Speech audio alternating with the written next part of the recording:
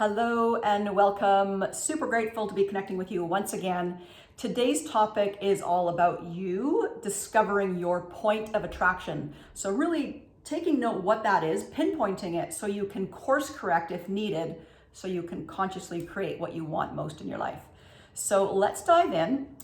Your point of attraction, it has always been dictating exactly what you have in your life, and it will continue to dictate what you have in your life or won't have in your life unless you really take a conscious evaluation of what you're bringing in.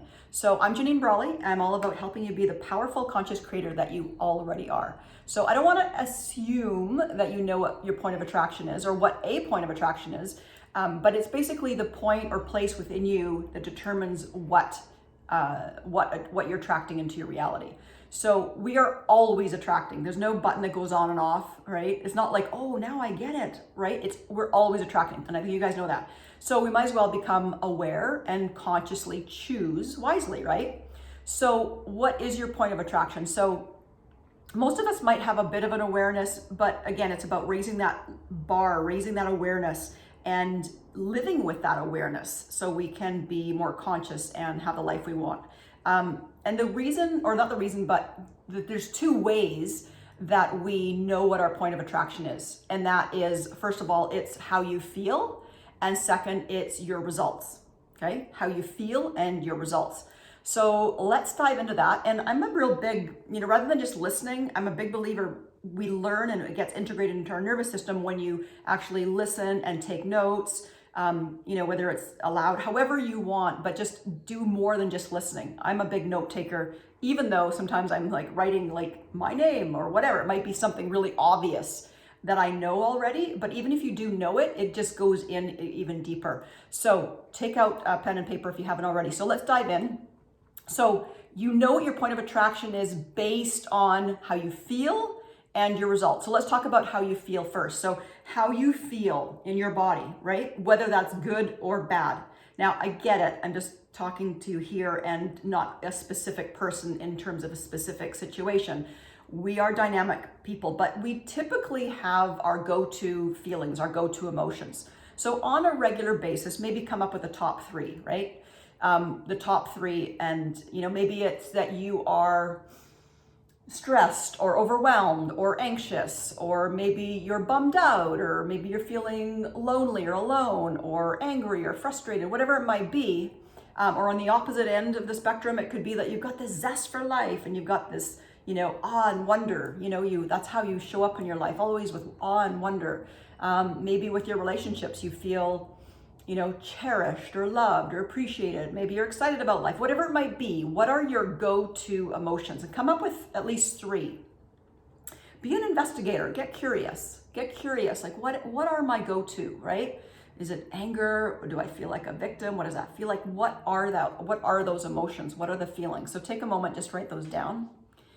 And then move to our results, right? Our point of attraction. We find out two ways how our point of attraction, feeling, and results. So let's move to results. So again, we're dynamic beings. Our results always vary, but our go-to, like right now, if you took a snapshot, if you looked around in your life, like what would that look like? Is your house run down? Do you need like some repairs? Do you have bills that overdue? If you look at your bank account, you're not really happy with that. Is your business or career where you want it to be? Is there any friction with relationships? Again, on the opposite end of the spectrum, you may go, you know what? Money is plentiful. It's not an issue. I've got more than enough. Maybe if you have some sort of business, you feel like you've got more than enough clients. Maybe you've got amazing relationships, whatever it might be. Career is flourishing. But just take a moment, write down at least three results that you have right now. If you were to take a snapshot, not like all of a sudden, whoa, this big thing happened yesterday, right? If it's not a norm, don't include that. But just sort of a general snapshot of three sort of things that are ongoing, like maybe a pattern, right? So again, the way you know your point of attraction is your feeling and your results, right? Those two things. So they're our gauge or our measuring stick, our point of attraction meter, right? So if we reverse engineer that, our feelings and our results, what precedes both of those? What precedes both of those are our thoughts, right? We know that our thinking turns into our feeling, our vibration, our body, turns into action, turns into results, right? So if we want different results out in the outer world, we want to reverse engineer that. And I won't get into it, but it's tied also to the law of cause and effect, another way of looking at cause and effect.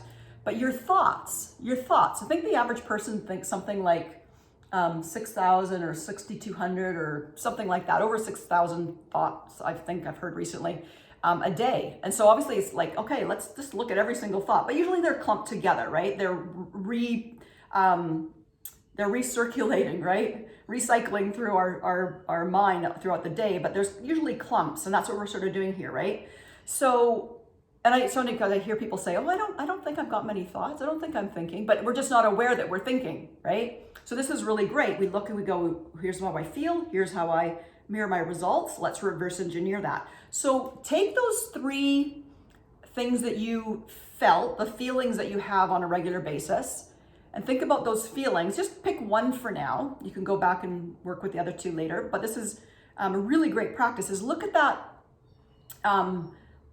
the one thing that you feel, pick the top one, the one that you feel the most, and think, what are the thoughts that would precede me feeling this way, right? What do I need to think about myself for me to feel this way, right? What thoughts do I need to have? So if you're thinking about, I gave the example of feeling stressed or anxious or overwhelmed, right? If that's the feeling, let's just say that's your feeling, the thought might be like, oh, I have too much to do, or I've got to do everything on my own, or I have to do it perfectly, or no one's around to help me. I've got to do it all. I'm overwhelmed. I'm stressed, right?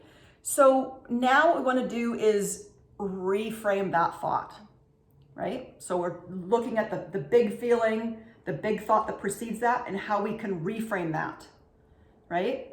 I'm not saying it's going to be automatically fixed, but normally we're not even aware of those thoughts. So now we can reframe that. Awareness is the first thing, right? So maybe we could reframe that, like, I don't know, do you really need to do it all?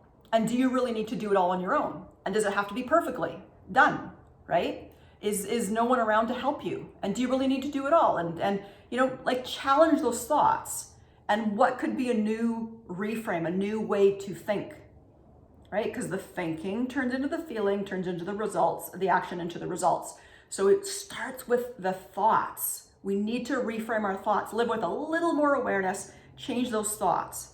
So taking your results now. So if you look at your results, I think you hopefully came up with 3 results in your life if you took a snapshot. What is the top one? What is the top result? And what are the thoughts that precede if you reverse engineer that, right? So if you think, let's use money. Money's always an easy one. There's not enough money in the bank. I don't have enough money to pay my bills, whatever it might be, but I don't have enough money in the bank. Let's just say that. And so the thoughts could be, I don't feel worthy, or don't feel like I'm enough, or don't feel like, I don't feel deserving, or maybe I don't value myself enough, right? Maybe you're making things harder than they need to be. Maybe I'm in my own way. Like that might be the thought that if we reverse engineer it, that I'm thinking about the results. So how can we reframe that? What new thoughts can you consciously choose to think, right? Now we know thoughts over time, if they're completely, if we keep recycling them over and over, they become beliefs. So you might need to do some belief work, that sort of thing. Byron Katie, I know, is great. I do a whole segment on it, not Byron Katie's, but in my own, but just an easy, quick, you can check out Byron Katie, BYRON Katie. She's got these 4 amazing questions. You may be aware of them. If you want to get more support around these thoughts that are now beliefs, right? So we want to find a way to reframe the thought, right? So if we have the thought like, oh, gee, like I don't have enough money in the bank, maybe I'm not valuing myself, maybe I'm making myself work harder than I need to, maybe I'm making it harder, maybe whatever might be that thought, right? How do you reframe that, right? Maybe start by like, you know what, I am worthy. I do value myself. I do feel worthy and deserving. I do deserve this, right? And I'm just not saying, it's going to happen right there, but it starts with awareness. If we don't even have that awareness, we can't change it, right?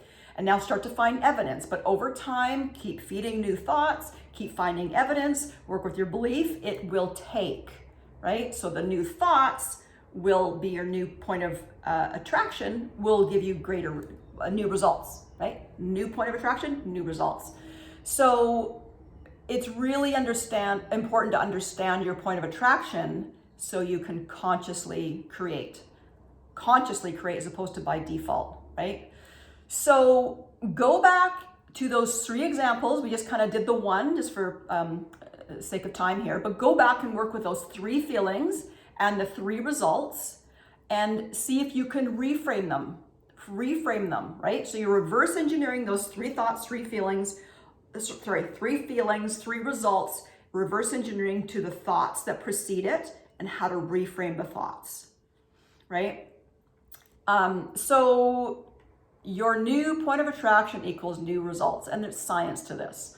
So again, and it's also a choice. We have choice. That's the cool thing about being human. We get to choose, but we've got to be conscious about choosing. So I hope this was helpful.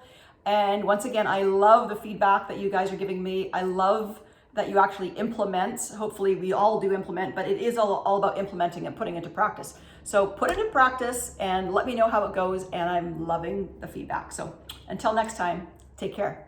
Bye-bye.